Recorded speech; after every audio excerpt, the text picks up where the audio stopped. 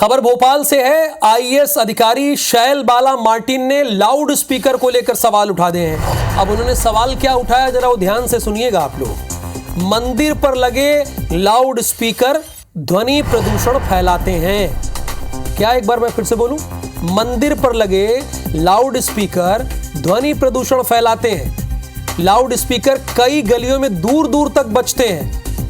आधी रात तक लाउड स्पीकर बजते हैं। मार्टिन ने यह कहा है उन लाउड स्पीकर से डिस्टरबेंस नहीं होता।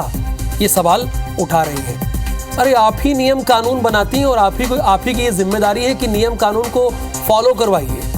तो एक तरफा ये सवाल क्यों उठा रही है शैल बाला मार्टिन जी? मंदिर पर लगे लाउड स्पीकर ध्वनि प्रदूषण फैलाते हैं, ये उनका कहना है। और विशेषकर मंदिर का इस्तेमाल किया है कि मंदिर में जो लाउड स्पीकर लगे हुए हैं वो ध्वनि प्रदूषण फैलाते हैं। ये देखिए, और किसी को जवाब दिया है, एक यूजर्स को जवाब दिया है। जरा ये मैं तस्वीरें दिखा रहा हूं आपको। ये फिलहाल ये तस्वीरें जो आप देख रहे हैं ये मंदिर की है, लेकिन जिस बात का जिक्र है वो जरूर देखना चाहिए और समझना चाहिए कि आखिरकार ये कहना क्या चाह रही हैं। ये बाकायदा उन्होंने लिखा है एक जवाब देते हुए यूजर्स को। और मंदिरों पर लगे लाउड स्पीकर जो कई कई गलियों में दूर तक स्पीकर के माध्यम से ध्वनि प्रदूषण फैलाते हैं, जो आधी आधी रात तक बजते हैं, उनसे किसी को डिस्टरबेंस नहीं होता। और इस पर बात करने के लिए दो प्रवक्ता हैं। दुर्गेश केसवानी जी हैं, भारतीय जनता पार्टी के तेज तर्रार प्रवक्ता हैं, और फिरोज सिद्दीकी जी हैं, वो भी कांग्रेस के तेज तर्रार प्रवक्ता हैं। थोड़ी देर में जुड़ जाएंगे, भी जुड़े नहीं हैं। दुर्गेश जी, शैल बाला मार्टिन जी का जो कमेंट आया है उसके बारे में भारतीय जनता के पार्टी के प्रवक्ता का क्या कहना है, वही मैं जानना चाह रहा हूं आपसे। देखिए राहुल जी, हमारे माननीय मुख्यमंत्री डॉक्टर मोहन यादव जी ने स्पष्ट रूप से जो गाइडलाइन है सुप्रीम कोर्ट की उसको मान्य करते हुए उसके आधार पर कहीं पर भी लाउड स्पीकर बजने चाहिए।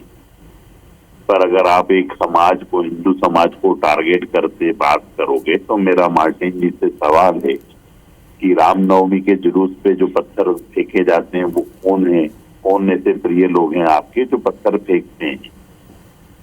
जो गणेश जी के जुलूस पर पत्थर बरसाने का काम करते हैं वो कौन ऐसे प्रिय लोग हैं जिनकी आप जिनकी तरफ से कोई बात करने को तैयार नहीं होती?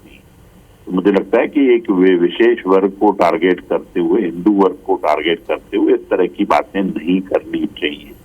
जो भी लाउड स्पीकर बजते हैं, गली में बजते हैं, दूर दूर तक बजते हैं, वो सब नियम कायदे के अनुसार जो बजते हैं। बाकी अगर आपको ऐसा लगता है कि हम हिंदू वर्ग को टारगेट करके आगे राजनीतिक हमें माइलेज मिलेगा, तो इस तरह की भूल न करें। आज हिंदू जागृत हिंदू है। आज हिंदू इस बात को समझता है कि उसके क्या अधिकार हैं और उसको क्या करना चाहिए। आज देश के बहुसंख्यक समाज को अगर आप टारगेट करोगे तो मार्टिन जी, मैं आपसे यह भी पूछना चाहता हूं कि धर्मांतरण कौन कराने के लिए देश भर में एक मिशन के रूप में चल रहा है? आप ये बताइए, आप क्यों उस वर्ग की तरफदारी करने का काम कर रही है जिस वर्ग को कांग्रेस हमेशा से समर्थन करती आई है, उसकी राजनीति करती आई है? आज मार्टिन जी को यह बताना चाहिए। ठीक है फिरोज सिद्दीकी जी, सवाल के बदले हालांकि कई सवाल उठा दिए दुर्गेश केसवानी जी। धर्मांतरण का मिशन कौन चला रहा है? जब रामनवमी होती है पत्थर कौन फेंक रहा है? गणेश चतुर्थी होती है पत्थर कौन फेंक रहा है?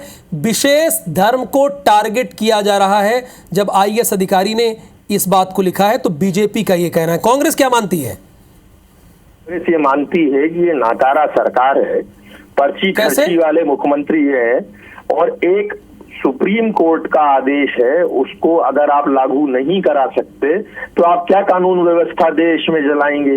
ये तो सबने देखा है, खुलेआम देखा है कि आजकल शादी ब्याह और सब जगह मैं दो बार 100 नंबर पे कंप्लेन कर चुका हूँ कि ये इतनी तेज डीजे बज रहा है, कोई देखता नहीं है, पुलिस गायब है, उनका बीट इंचार्ज गायब है। तो फिरोज सिद्दीकी जी, नियम कानून तो सबके लिए बराबर होते हैं, अगर उसमें आप मंदिर का जिक्र करेंगे तो कैसे?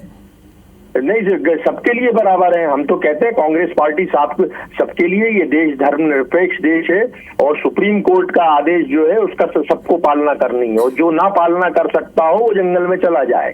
वो समाज में रहने का अधिकार नहीं है उसको। तो आप दुर्गेश जी को क्या कह रहे हैं कि वो जंगल में चले जाए? आप मतलब कहना क्या चाह रहे हैं? अगर दुर्गेश जी इस बात की हिमायत कर रहे हैं कि सुप्रीम कोर्ट के नियमों का उल्लंघन जो है खुलेआम उनकी सरकार करवा रही है और वो उसको प्रतिबंध करने में, रोकने में अक्षम है, तो उनकी सरकार को इस्तीफा दे देना चाहिए और दुर्गेश जी को माफी मांगना चाहिए। देखिए, बात अक्षम और सक्षम की नहीं है, बात यह है कि एक ही धर्म को आधार बनाकर लिखा गया है। फिरोज जी, दुर्गेश जी वो तो आपको नसीहत दे रहे हैं कि आप जंगल में चले जाइए। नहीं, उससे पहले किसी ने मजदूरों के लिए लिखा था। मेरे को सौमित्र जी, न तो इनके सर्टिफिकेट की जरूरत है, न इनके सुझाव की जरूरत है। ये कौन होते हैं हमारे धर्म के बारे में बात करने वाले? और मैंने तो स्पष्ट पहले ही, सौमित्र जी इनको चुप कराइएगा, मैंने स्पष्ट पहले ही बोला कि हम सुप्रीम कोर्ट का हर उसका संस्थान का सम्मान करते हैं जो संवैधानिक हैं, और हमका अक्षर से पालन करने का काम हमारे मुख्यमंत्री ने किया। अब ये जो नाकारे लोग हैं, जिनको जनता ने नाकार दिया है, जो एक विशेष वर्ग की राजनीति करने वाले लोग हैं, उनसे क्या बात करना है इन सब में? तो फिरोज जी देखिए, ये तो कह रहे हैं कि भाई हम सुप्रीम कोर्ट की गाइडलाइन की बात तो कर रहे हैं, लेकिन आप एक विशेष धर्म को टारगेट क्यों कर रही हैं? क्यों टारगेट कर रहे हैं? अभी एक बच्चे की मौत हो गई डीजे तेज बजने में। मैं खुद इस बात का गवाह हूँ कि मैंने दो बार जो है कंप्लेन करके शादी ब्याह में जो डीजे बज रहे हैं इसको लेके शिकायत की है। कैसी सरकार है इनकी? मंत्रालय से मैं मुश्किल से 1 किलोमीटर दूर रहता हूँ। चलिए, इसका जवाब मैं दुर्गेश जी से लेता हूँ आपका। दुर्गेश जी, इसका जवाब फिरोज सिद्दीकी जी के। ध्वनि प्रदूषण जिनने किया, हमने 91 डीजे संचालकों के खिलाफ FIR दर्ज करने का काम किया।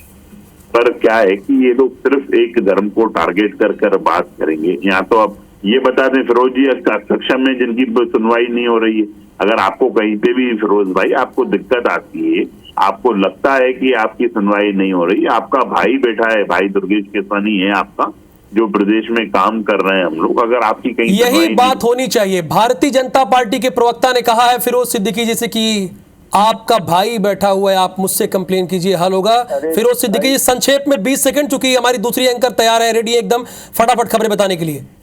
20 सेकंड फिरोज जी। सभी इसमें किसी मंदिर, मस्जिद या कोई गुरुद्वारा, कोई भी धर्म विशेष को लेकर टिप्पणी करने से बेहतर ये है कि सरकार जो है अपने दायित्वों का पालन करे। और ये सोशल मीडिया की जो बहसबाजी है, ये बहस अपनी जगह है, लेकिन सवाल ये है कि आज की तारीख में ये सुप्रीम कोर्ट की गाइडलाइन का पालन नहीं हो रहा है। चलिए, उसी बात का जिक्र तो भारतीय जनता पार्टी के प्रवक्ता भी कह रहे हैं कि सुप्रीम कोर्ट की गाइडलाइन का सम्मान है और हम उसे पूर्णतः पालन करेंगे, लेकिन अगर कोई एक विशेष धर्म को टारगेट करेगा तो यह भी ठीक नहीं है। Thank you so much Firoz ji हमसे बातचीत करने के लिए। दुर्गेश जी, आपका भी बहुत आभार। नमस्कार।